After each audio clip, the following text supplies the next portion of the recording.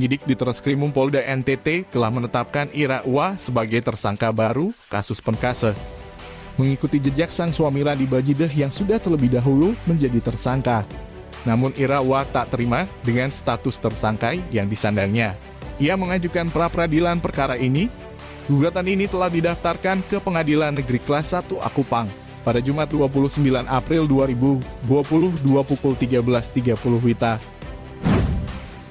Menanggapi hal itu, Polda NTT melalui Kabid Humas Polda NTT yang baru dilantik, AKBP Arya Sandi SIK mengatakan, tersangka mempunyai hak ajukan pra-peradilan yang diajukan melalui kuasa hukumnya, yang menilai penyidik telah melanggar hak-hak dari tersangka. Kata Arya Sandi, pada Jumat sore kemarin,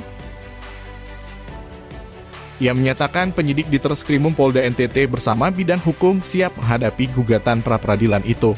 Pihak Polda NTT siap menghadapi gugatan pra-peradilan yang dilayangkan oleh tersangka Ira, dan melalui pra-peradilan tersebut, penyidik dapat mengevaluasi kinerjanya agar semakin profesional dalam menangani kasus kematian Astri Lal, ujar Arya Sandi.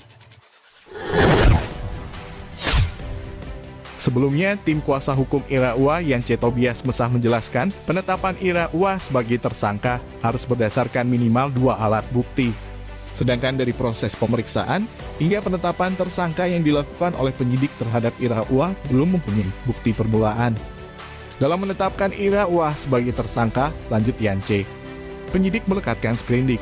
Berdasarkan laporan polisi sektor Alak Polres Kupang Kota tanggal 30 Oktober 2021 tentang pembunuhan yang di dalamnya melekat sprindik Reskrimum tanggal 30 November 2021. Seharusnya pada Ira sebagai tersangka melekat 1 sprindik saja, akan tetapi penyidik menetapkan tersangka berdasarkan pada 5 sprindik. Sedangkan ketentuan peraturan Kapolri sprindik hanya untuk perkara yang sama dengan nomor kode yang berbeda, jelas Yance.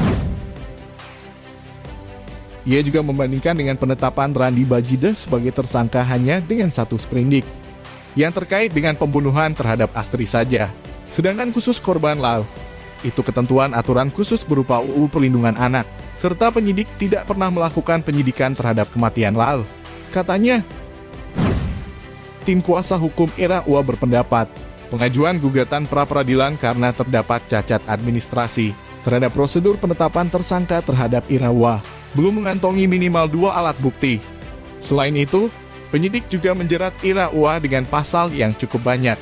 Akan tetapi semua unsur dalam sejumlah pasal tersebut tidak terpenuhi dengan perbuatan oleh Ira Uwa hingga menyebabkan kematian Astri Lal. Polda NTT juga memberikan pernyataan bahwa kasusnya hanya tersangka tunggal serta tidak menyertakan pasal 55 KUHP. Akan tetapi pada tanggal 26 April 2022, Kejaksaan Negeri Kota Kupang mengumumkan Ira Uwa sebagai tersangka baru kasus Astri Lal. Bahkan dalam surat dakwaan telah menyinggung Ira Uwa dalam berkas perkara terpisah. Artinya Kejaksaan Negeri Kota Kupang telah mengumumkan Ira Uwa sebagai tersangka, sedangkan penyidik berusaha mencari bukti yang cukup untuk menyatakan keterlibatan Ira Uwa, yang jelas menjadi korban dan tidak pernah terlibat dalam kematian Astri Lal, katanya.